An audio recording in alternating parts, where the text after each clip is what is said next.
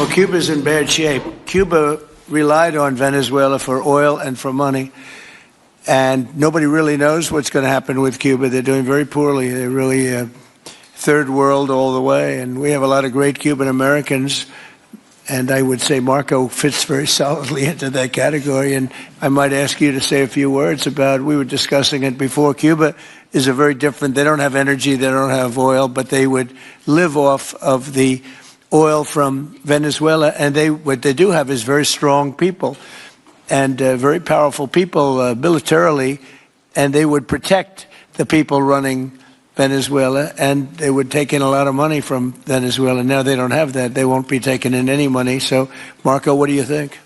Well, I mean, the fundamental problem in Cuba is that it's run by incompetent people that don't know what an economy looks like, much less a functioning one.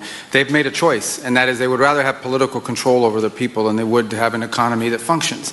And they've gotten away with it for 60-something years because they've had donors, the Soviet Union, and now most recently Venezuela. But that's now gone.